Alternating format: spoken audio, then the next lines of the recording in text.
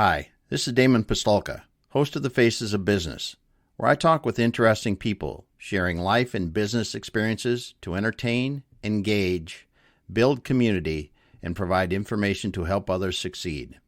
If you're interested in learning more about one of our guests or how we are helping business owners generate wealth and build businesses they can sell or succeed at Exit Your Way, you can find more information on our website, exityourway.com, or by contacting me directly, Damon at exityourway.com. I hope you enjoy the show.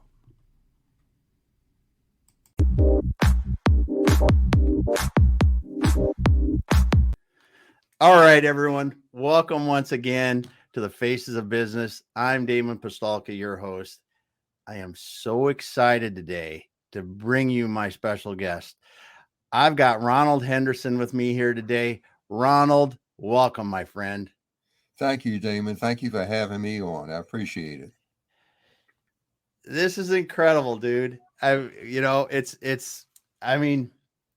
an inspiration to many, whether you realize it or not. It's great to get you on today. I want to talk a little bit about your interesting career and what you're up to today, and just share it with people.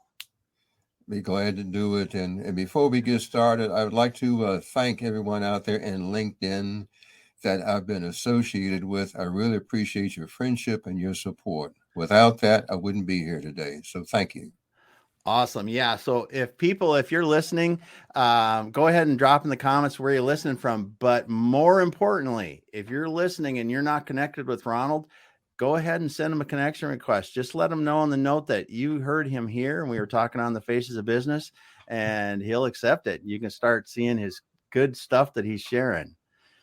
So Ronald, let's get started. You've got an interesting, so first of all, most people just start off having one interesting career, but I think that we're going to talk about that a little bit. Then we're going to talk about the second interesting career that you're launching right now and doing that.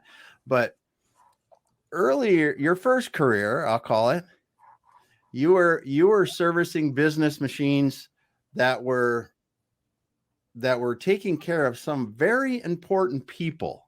I'll just say that. So tell us a little bit about what you did in your first career. Okay, in my first career, I was with IBM, and I applied to them to go out into the field as a customer engineer. Yeah. When I first called them up, they told me they weren't hiring. And then I called them up again, and I said, well, look, can I just come down and see what you're doing? So they said, well, if you want to, you can. We're just looking for scientists and programmers and whatever else. So I went down there, and I had with me a notebook, and that notebook was filled with logic diagrams for computers and such. Mm-hmm. So when the fellow saw that, I think he must have noticed it. He said they still weren't hiring, and he sent me back home, but I got a telephone call. And the telephone call said, come down for a test.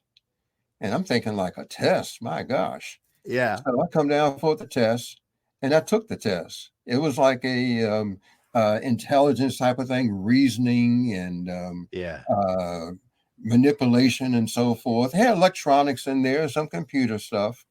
I passed that test. Wow. And he said, look, we're still not hiring, but he found me a job elsewhere. He really pursued getting me a job elsewhere. And when he did, I was doing bench work, repairing Motorola pagers, believe it or not. I repaired those things, pulling out transistors, and all soldering. Yep. I had my own workbench, bunch of guys there. We were repairing those things. And then lo and behold, the very man that hired me came down to be my manager. Wow. And then after that, after several years of that position, then I was hired by the branch manager in Washington, D.C. On 1801 K Street, which I met my wife back then. Wow. I met her at IBM. And then we worked there for a number of years. I serviced the White House Communications Agency, the Executive Office of the President, and the old Executive Office building. They're all down there, ground zero. Yeah. It was a 24/7 job. Yeah. So I was very, very committed. The phone rang all hours of the night and on weekends and so forth. And I would go down there and maintain their computers and especially their associated I/O, Yeah. their printers, tape drives, disk drives, that sort of thing. And I really enjoyed it. Yeah. But I have to say that I enjoyed it too much to the point where that I was too dedicated. And I offer this out as a word of caution to anyone that's listening is that, yes, it's great to have a job and to do what you need to do, but you still need to keep things in balance. Yeah. That's very, very important. You got to know when to say no. And there were times that I just basically kept the job in front of me. And I have a reason for saying this right here. One account that I serviced, I was proud to service that account. I was able to take my wife down to the White House with our children during the Christmas season, and they were able to get their own little tour because Wow. I had access there. And Wow. it was really, really nice. She still remembers that. Really enjoyed it. Yeah. But what happened, what woke me up, or began to wake me up, was that I went down to one site. It was a site that the president leaves when he gets on his helicopter and all that. I went down there. I didn't have my badge. Oh. And I said, I don't have my badge. I said, I'm in the system. He looks in the system. I wasn't there. I said, you don't have any record of me being in there at all? And he said, no, you're not in here at all. What happened was that the system got purged. The Wow. system was purged. And then I said, oh, man, you mean after all that work and dedication, they just got rid of me with the swipe of a key? Yeah. That's a wake-up call, guys.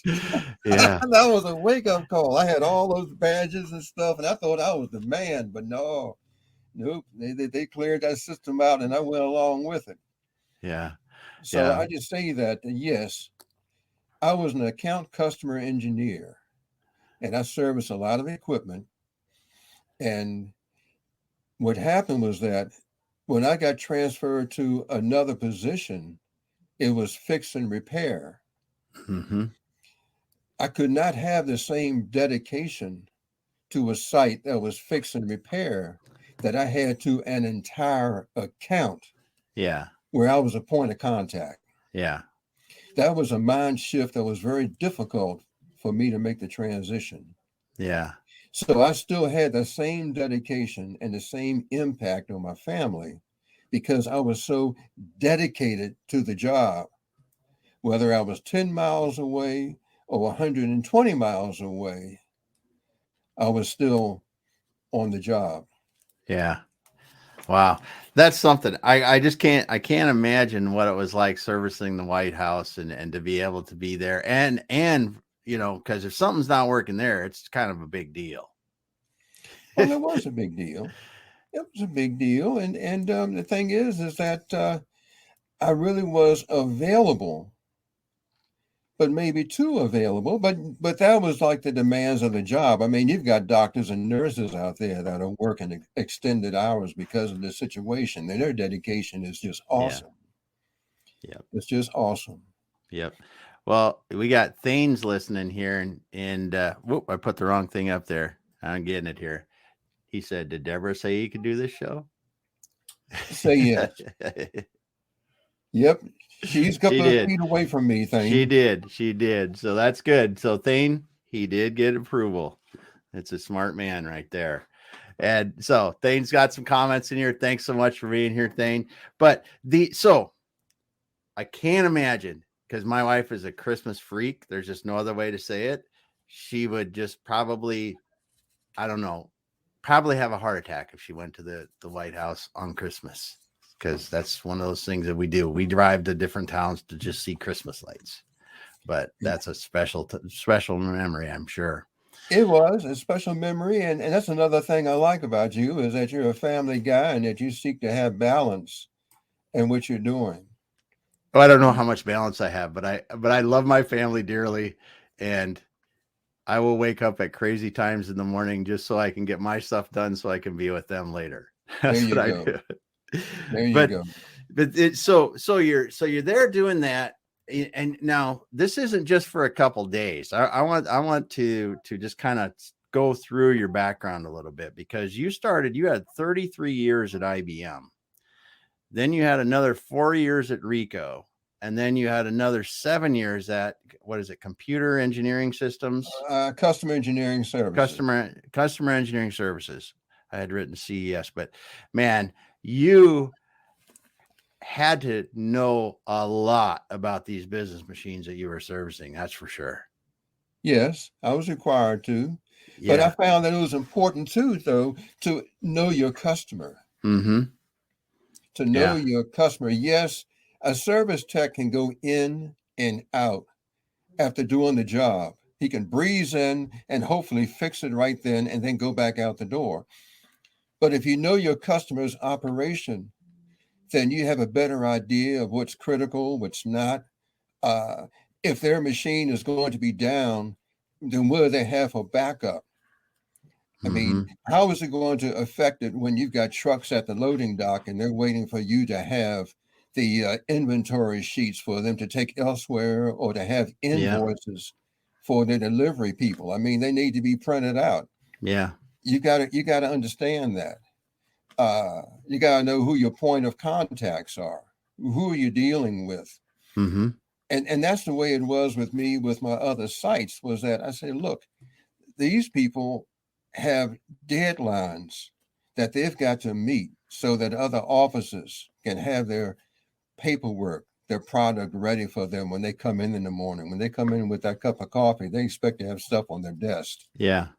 And that was my responsibility when I had another site where we printed during the night, and the machines had to run so that the hard copy was going to be delivered in the morning by the different operators that went through the building. Some of the stuff had to go to the different offices on Capitol Hill.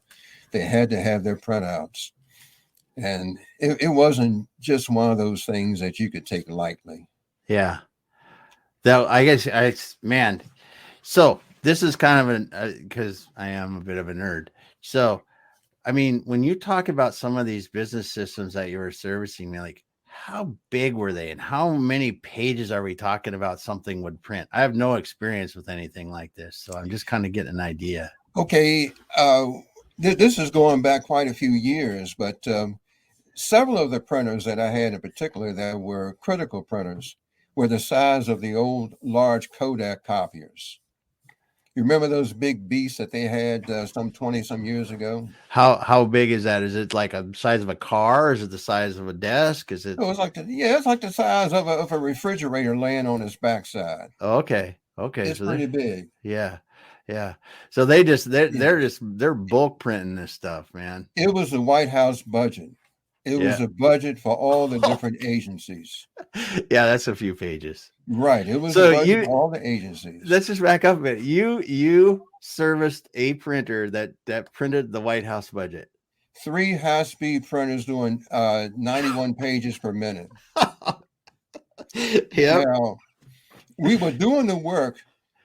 This was the executive office of the president, but they were doing the work for the Office of Budget and Management. Yeah. Office of OMB, Office of Management and Budget. Management budget. So what they needed to have a way to charge the other agency.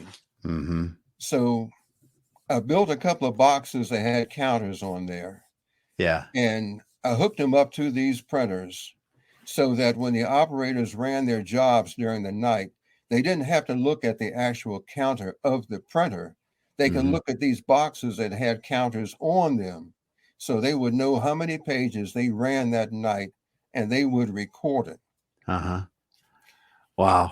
This was something that we just cooked up so that this particular customer could run efficiently. Yeah, and that's crazy too, because first of all, the size of the budgets had to be, and we're not talking about 50 pages, and about thousands and thousands and thousands, thousands a night. Yeah, that's crazy. That's crazy stuff.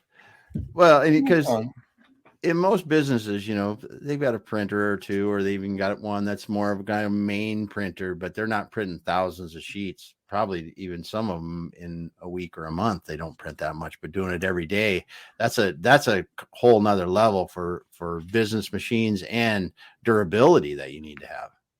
It is. It is. But once again, I want to stress knowing your customer and your customer needs. Mm-hmm. That's the thing that I walked away with, and especially when we talk about leadership during our Leaders Building Leaders meetings, is that I think about the sensitivity and the relationships that you have with your customers, the relationships that your management has with the customers, and understanding their needs, which ones really have the greatest responsibilities to keep them going. One of the things that they did, one of these sites called me up in the middle of the night and said they needed some toner. Mm-hmm. And I got out of bed, I drove to another site, got toner for them, and then dropped it off for them because we knew they had to run. Yeah. Uh, But it's just one of those things, they've got, you don't want to put them in a bad situation. If you don't help them, no one will probably. that's the thing. You can't be insensitive to their needs. I mean, who knows? I mean, because of our efforts, that could be the matter of whether or not somebody's going to sign a contract for the next year. Mm-hmm. Mm-hmm.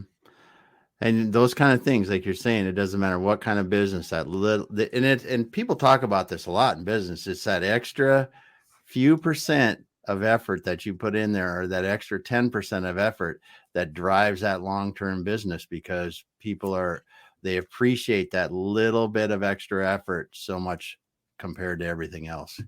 My efforts won contracts, Damon. Yeah.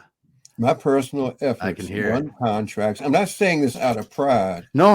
I'm just saying this as a matter of knowing the circumstances in some of the sites. If they needed to have serviceability, reliability, and availability in their product, and they had to know that when this guy showed up, whoever it was, he had a couple of hundred people behind him in order to meet the needs of that site, whether it was hardware, software, marketing issues, upgrades, whatever the case is. Are you going to be the person we can talk to so that we can expand and grow? Yeah. They Well, need to have a face. yeah. And you're helping them be successful. And when you Yes, do that's the that, idea. Is that yeah. it's got to be in your heart. Now we had a customer. This happened later in my years, but we had one customer that ordered a machine off the web, and when they got that printer, it did not have the correct interface to mate with their system. They didn't have someone to actually do a hand and glove install. You tell us what you need, what you got, and we're going to deliver what you need. So someone dropped the ball, and these people got stuck with a machine they couldn't use. And the Wow. supplier said that, well, we're going to jury rig a whole bunch of junk that can hang off the back of your machine so that it can talk to your system. Well, it turned into a nightmare. But I said, I compared that with the marketing rep that I used to work with. And this guy, if you said you needed something, he was going to be there until that thing was operational for you. Mm-hmm.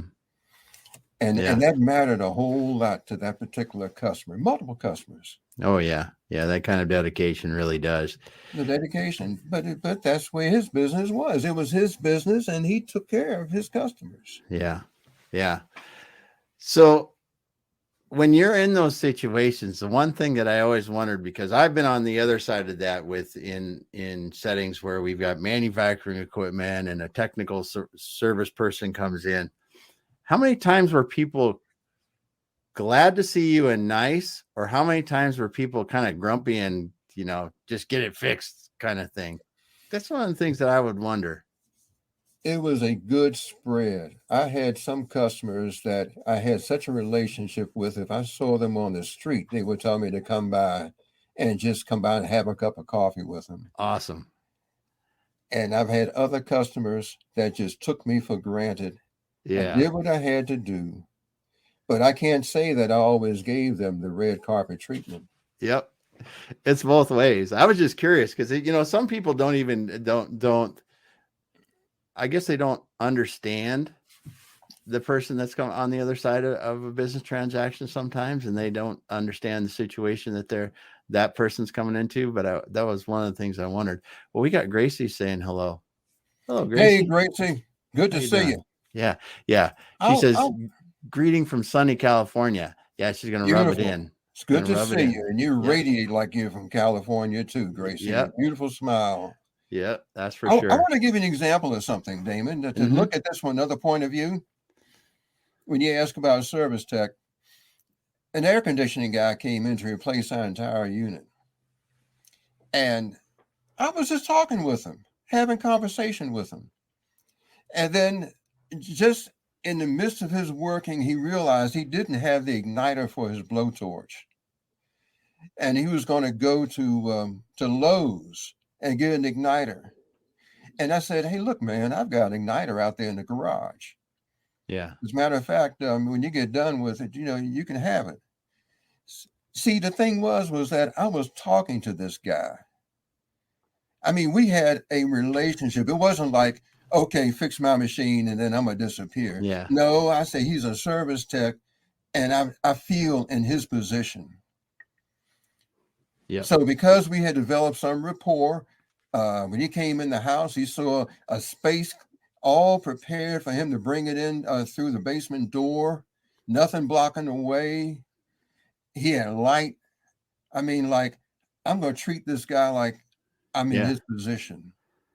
You're gonna set him up for success. I'm going to set him up for success. Yeah. And what did my wife do? When she talked to those people, told him what a great job he did. Yeah. Yeah.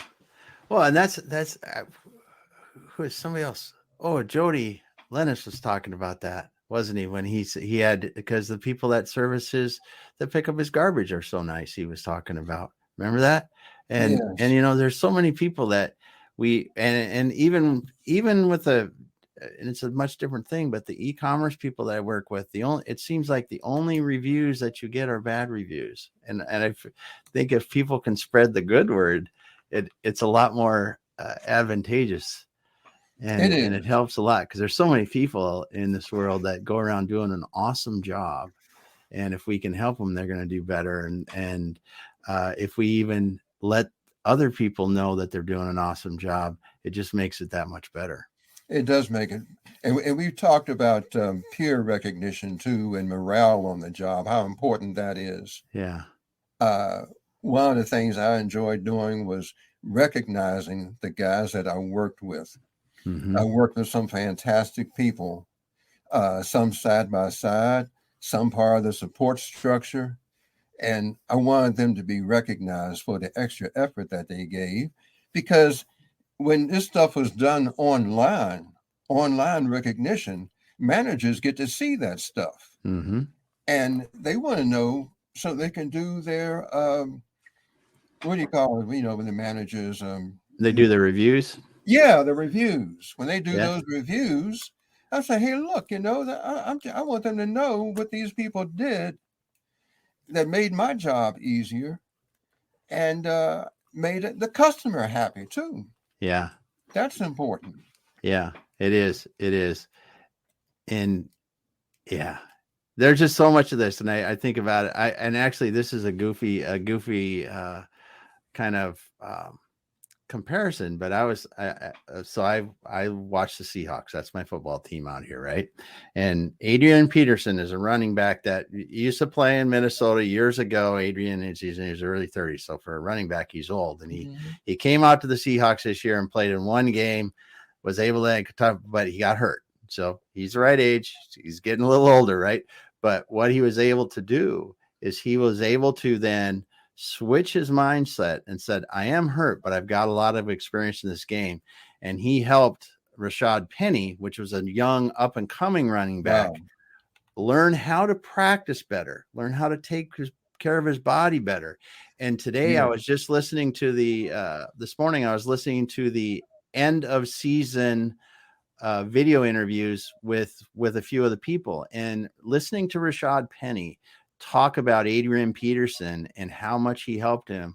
and how much it was that feedback and that working together helped him be so much better. And then watching how that translated into great play on the field, because Rashad Penny really in the last 4 games was a completely different player compared to, to like mediocre to going over 100 yards plus a game. Yet this last weekend, he wrote 170 yards, 170 or 180 yards against the Arizona Cardinals. So he did just fantastic. I mean, it's like it's a new player, and he credits it to the fact that he healthy, yes, but Adrian Peterson helped him get this. So the amount that we can help each other peer to peer is rarely emphasized, but it's dramatic. It's very important. Yeah. It's very important. I mean, there are things that we can share that we've learned from experience. And if we're not playing all that guarded business and we're willing to share it with the other team players, the other co-workers, and not feel distrustful, then we all succeed. Yeah.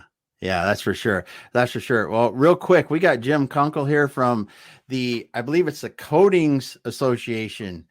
He helps them and some of their stuff. And Jim's another broadcaster on LinkedIn and other platforms. Great to see you, Jim. And this is where I think we're going to make a little turn here, though, Ronald, because we your second career. And let's talk about STEM for a minute, because I think one of the things I get to talk to a lot of people about manufacturing and business and stuff like that. And one of the things that we talk about a lot is getting kids, young people involved in science, technology, engineering. And when my friend Wesleyan Greer says that, she calls the M in it manufacturing. So what is cool is you're very, very passionate about STEM, and you've helped kids for a long time with STEM, with helping them program, do 3D printing, some other stuff. So let's talk about that a little bit. What really got you into to helping kids with STEM? Well, I guess it's because when I was a child, I was a tinkerer. Yeah. I like to build things. I build a lot of stuff, using tubes. But yes, I like to build things. And I won a science fair project. Science fair, local science fair, DC science fair twice. The first time was in biology. Okay. And here's a story behind this. I went into my high school biology class, and I saw the teacher, I saw the textbook, and I said, I don't have a chance. No way in the world. I mean, I didn't have the proper study habits. But here's what happened, though, was that somehow it was suggested that I participate in a science fair. And I developed a project to experiment with the effect of electric charges on paramecium. Exactly where that idea came from, I don't know. This is long before you had YouTube or PCs, any of that stuff. But the thing was that I did have some hard copy books that said what a paramecium was. I had access to batteries and electronic components. I built my own power supply. I made a microscope slide that had electrodes on there. Yeah. And I had a microscope. And by applying those charges, I can make the paramecium, the culture, move from electrode to electrode, control the speed, and also the direction by reversing the polarity. Wow. Now, being able to do that, first of all, was that it didn't require me to be a biology expert. It didn't require me to be a medical doctor or anything. All I had was my passion and my interest for that particular project. Plus, I had my background in electricity. And then I also had my background in woodworking because my father was a woodworker. I was good with my hands. Yeah. That project allowed me to get first place in biology in the city. Wow. Back in the 1960s. Wow. I learned a lesson from that. I said, if I introduce STEM to other students, if I could just give them some kind of interest, the tools to introduce them to programming, not teach them, but introduce them to programming. Mhm. If I could show them that the Raspberry Pi, where is it? I got a Raspberry Pi around here somewhere. But anyway, if the Raspberry Pi was useful so that they could experiment. Mhm. Oh, I think I've got something else going on over here. Okay. If the You got an Audible book playing there? I think I do have an There audio you go. book playing there. Can you imagine that right there? Oh, that's the way Is this goes. that cool or what? This is like, hey, we got Michelle here. She said she finally made it. So it's awesome to see Michelle. Michelle, it's good to see you, dear. Yeah. Yeah. Yeah. Well, it's wait a minute. I'll get yeah. You just take your time and do it. But that's cool because there's people find inspiration to do things through different paths. It's like learn differently and do it. And you learn something about biology by applying what you knew and with a different approach. Well, you see, that's the thing. I try to encourage kids once they've got some. Oh, here's a Arduino microcontroller. Okay. We did projects on that right there too. Yeah. My wife is helping me to get rid of this fellow that's talking. Oh, you got a video playing. There you go. Yeah. So wait a minute. I'll get rid of it here in a moment. Yeah. Where in the world is it? Okay, hold tight for a second. Oh, I'll be right there. We got it. Am I disappearing? No, you're still here. I'm still there. Okay, Yeah, that's encouraging. Yeah. Hey, I'll make this go away. I will make it go away. Sure. Michelle says, great to see you guys. It's great to be here. I love it. Okay, wait a minute. We'll get this right here. Oh, Ronald dropped off. He'll come back. We'll be ready to go when he gets back here. I will message him and tell him to just come back in. So we will do that. And while we're waiting, we'll wait for just a moment because he can jump right back in and do that. Well, this has happened to me before, but we're going to talk a little bit more about Ronald's pursuits and helping kids learn about STEM. Because once you hear how his passion drives him to do what he does, it's going to be pretty good. So, and if he can't come back, we'll be done. We'll put another one together here, but I think he's going to be back. I'm going to text him real quick here.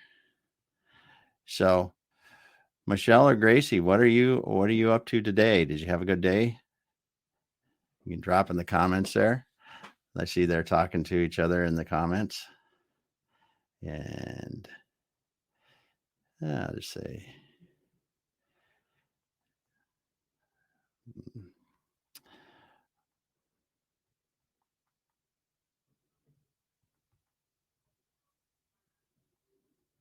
all right, got that.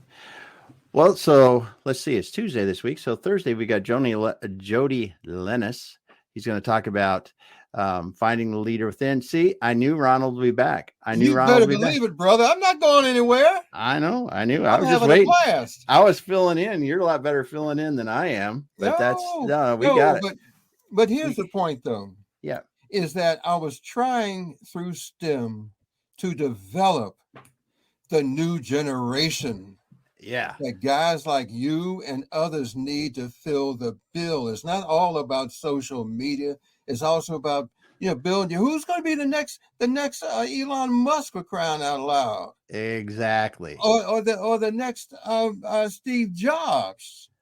Yeah. So the thing is that when I did the work with these kids, I knew I was investing in their future. Hey, look. I showed some of these kids how to use voltmeters to show them digital circuits. My wife and I taught a class together. She helped build a book on electricity and magnetism to tell Yeah. kids about Ohm's law for crying out loud. Yep. We showed them, we developed circuit boards so that they could see the difference in voltages and the brightness of lights. There were all kinds of things that we did so they could get some hands-on experience. And when they understand that stuff, it's amazing. It's amazing how the lights come on in their minds and they start to think of the world differently. Yes, they think of the world differently. We showed them what digital numbers look like using ones and zeros. Yeah. 00000 00001 0010 0011 0100 Yeah. 0101 0100. No, we showed them how the lights would increment to see what decimal numbers do and how they operated circuits because of the decoding circuits on there. Yeah. We want to at least show them stuff. Oh, I'll tell you what we did. A buddy of mine and I, my cousin actually, we went to the Radio Shacks and bought out their robot kits. Yeah. We bought out their robot kits, and we were working with a STEM organization. We had kids for 2.5 days, and we brought those robot kits in, separated the parts so that it would be easier for them to get into. Get the instructions. We made PDFs out of the instructions to go on overheads. Yeah. We got 6 teams, and those kids had robots that they could assemble by hand. Some of the guys even learned how to load the microcontrollers on their own. Wow. That's what blew my mind, when they could take that microcode and load it into the microcontrollers and then operate these robots that were ultrasonically driven. They were obstacle avoiding robots. Then what Wow. was the outcome of that? Well, one kid's in his second year of mechanical engineering, Oh, wow. and another kid is going to enter into his first year of computer science. Wow. That's something. And these are the families that I've kept in touch with. Yeah. Well, and that's a great example. I mean, and then again, when we talk about your STEM, and we talk about now going into your second career you're creating here, I think it's pretty exciting because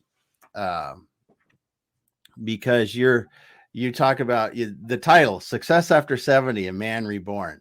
Now, I met you a year ago or so, or something like that. And I see someone in front of me that's learning so much every day and helping others so much. It's just inspiring.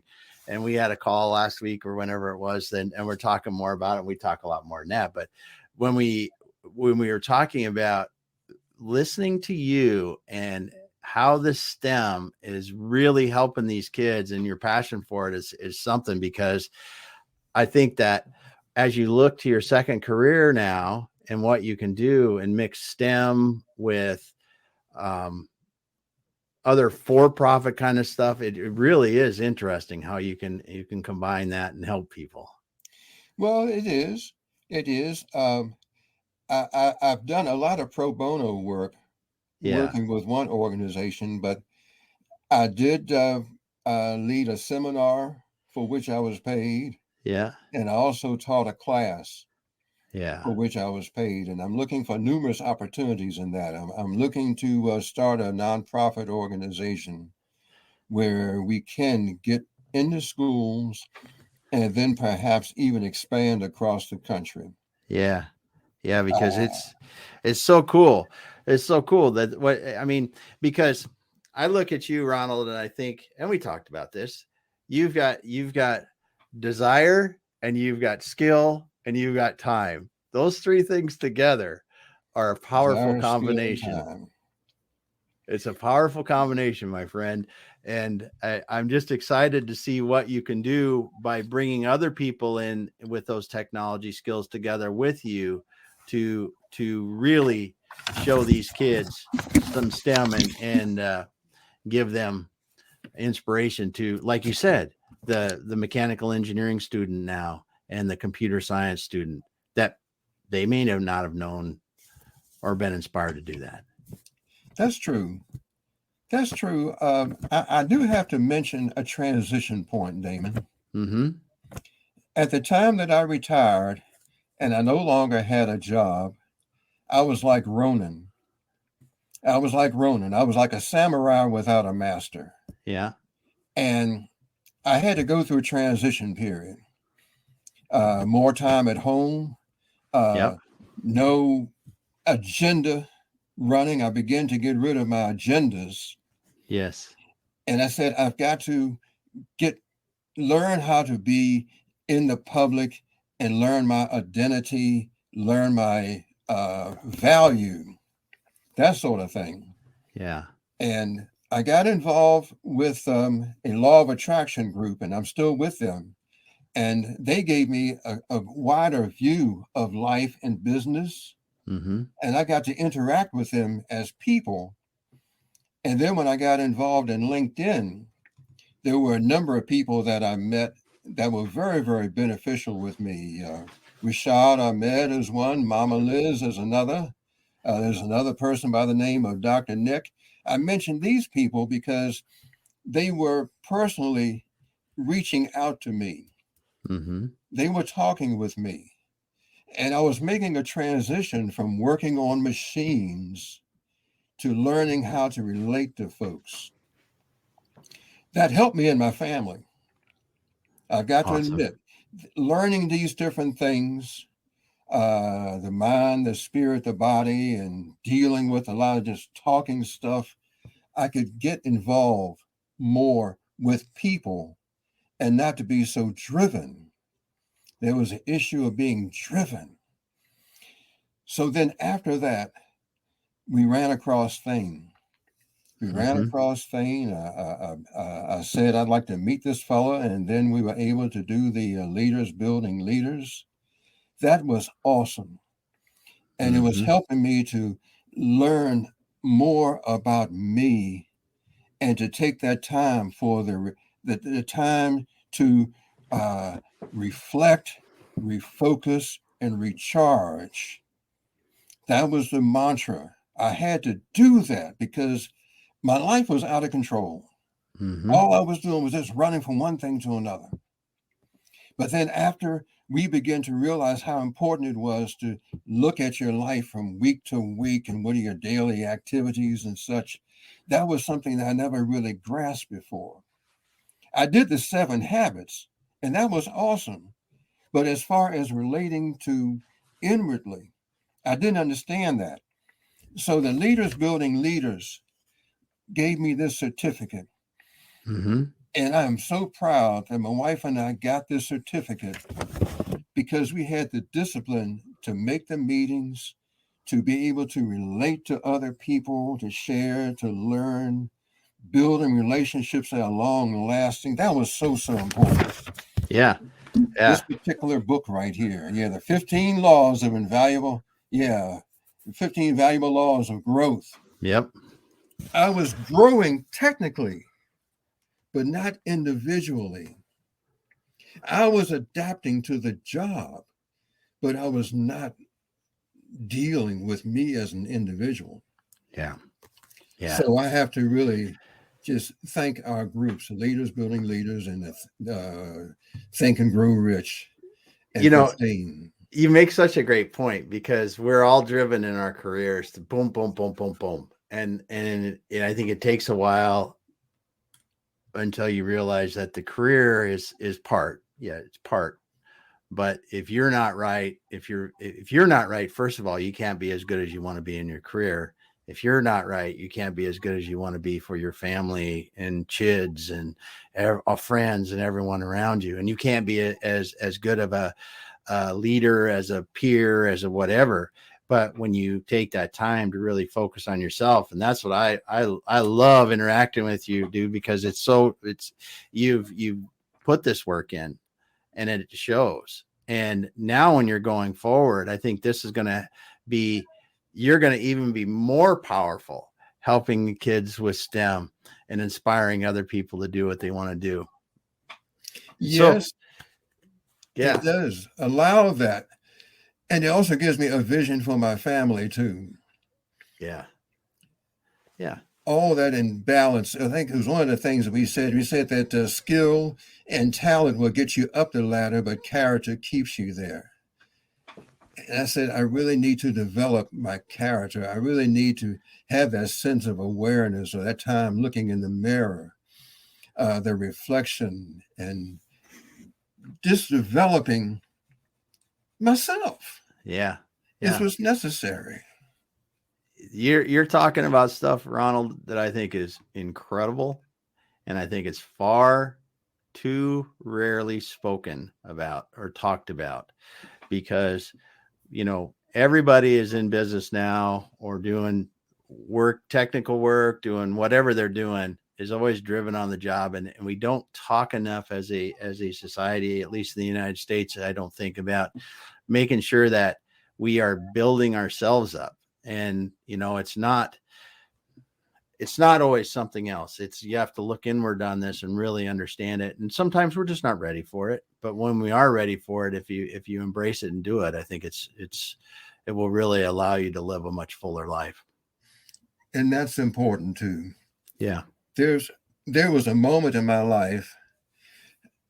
My father was in the hospital. He was in the hospital. I was servicing a customer account that day. It was a Friday.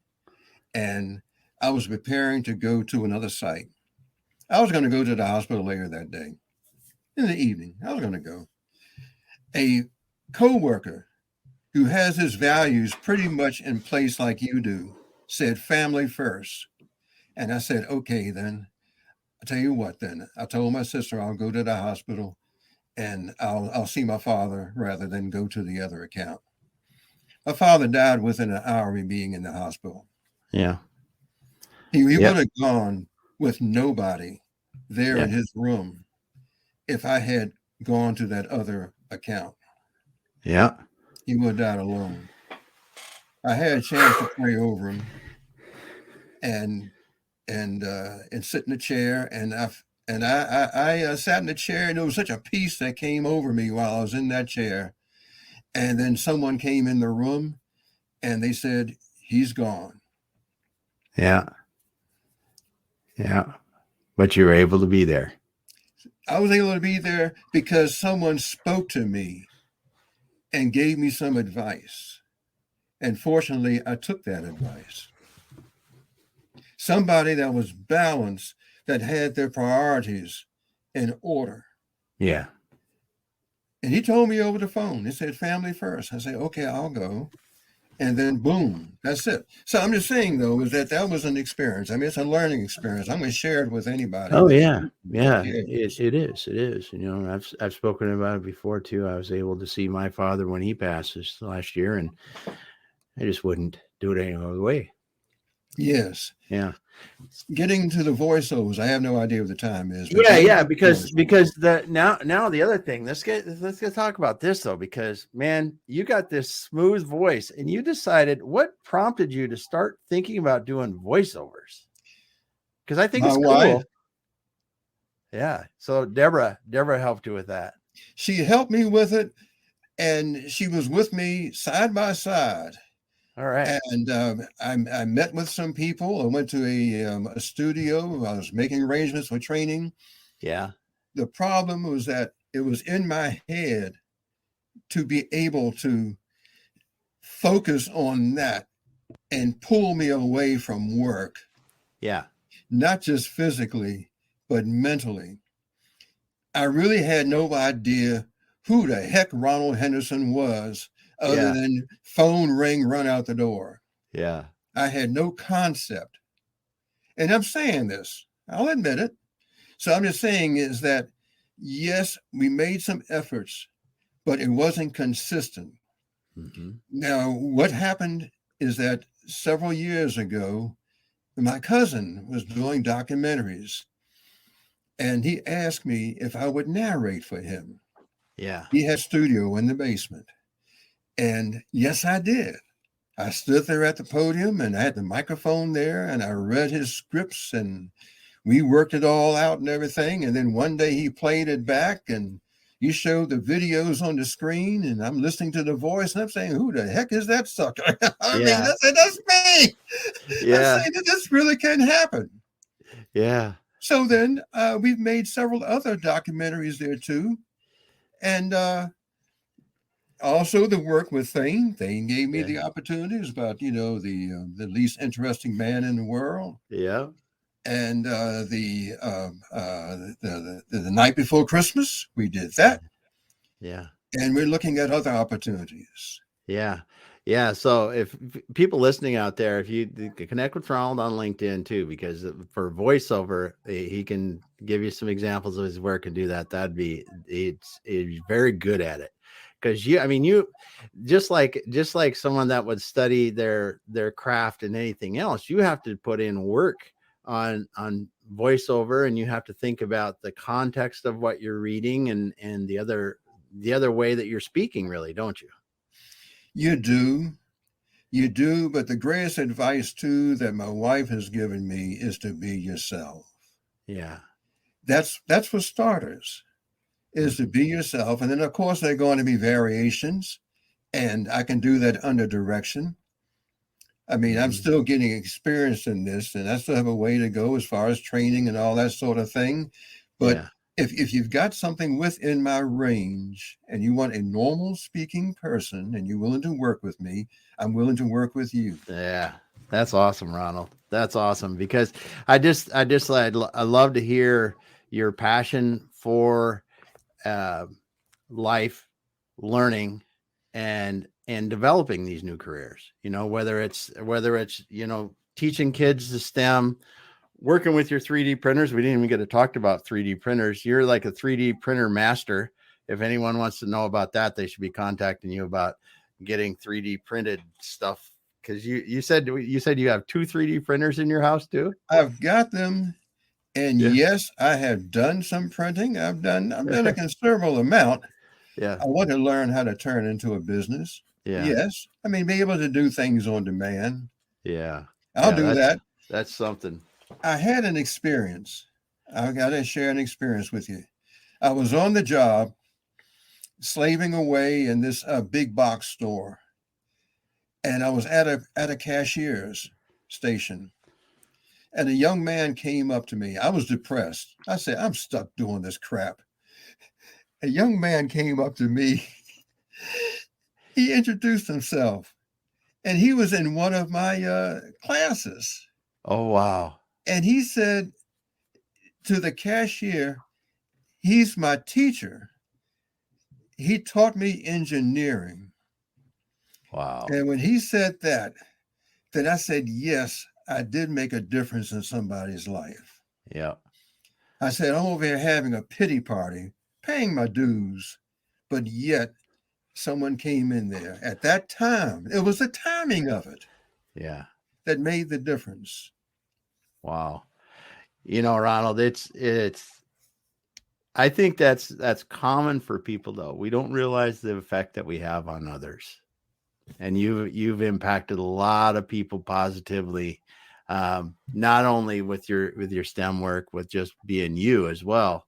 And when you talk about servicing your customers um, in the White House that needed to print their documents, or as you were teaching the children, or as you were helping to do the voiceover work for the documentaries. I think many of us don't take the time to really understand the influence and the positive effect we can have, or we do have.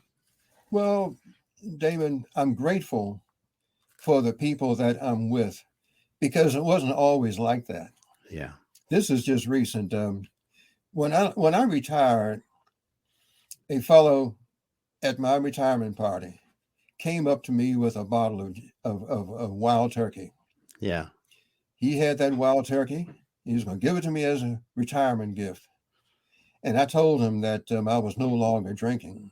Yep. And but I took it anyway because I said, when I leave my job, I'm going to have to make a decision. Am I going to go and just fall by the wayside, or am I still going to see myself as a person of value that I can still make a contribution, that I'm not going to go off into the dark side? Yeah. Am I going to try to make a change in life? And I said, I owe that to my family, to make a change in life, to leave the past behind and to take advantage of other opportunities. And to be here tonight is a great opportunity to be talking with you. Wow. I honestly don't know how I could say anything better, any better way. And this is why I wanted to have you on, Ronald, because you're an inspiration. You don't even realize it. You're an inspiration. You look at the comments on here, you just don't even realize it. And I'm blessed to know you. And I'm so thankful that you're able to come on tonight, because you are truly a great example of people that are someone that is taking that next step in their life. And that story is very, very telling of yourself. And I just thank you so much for being here tonight, Ronald. I appreciate you. I thanks so much for people listening. I'm speechless, dude. That was, I mean, I knew this is why I wanted you to come on, Ronald. I wanted you to be able to let people get to know you a little bit better and understand that, because I think you are a prime example of why people need to understand that, we're not done until we want to be done. That's just a fact. And you're living proof of that. And I love it, man. Well, thank you, Damon. I do appreciate it. I'm grateful to be in our group, to be in our Leaders Building Leaders, and I would encourage anyone who wants to invest in themselves. You invest in yourself so you can invest in others, and the world will be a better place. I would encourage anyone to take advantage of the Leaders Building Leaders. Contact Thane. I recommend him too. Yeah. Contact Thane. And just to be a part of our group. We have a fantastic group, and you all just bless me so to be a part of this group that we meet on Tuesdays and Thursdays at 7:00. Get the details from Thane. You put that in the comments. However to reach out. I'm not just doing this as just trying to pump everybody up. I'm just saying is that it's making a difference in my life at a time when I have a second chance. Yeah. That's awesome, man. Well, I just got to say, thanks so much. Today I had Ronald Henderson on, and, the topic was success after 70, a man reborn. I think without a doubt, you understand what we were talking about here. And I just want to thank you so much for being here. Thanks so much, everyone, for listening.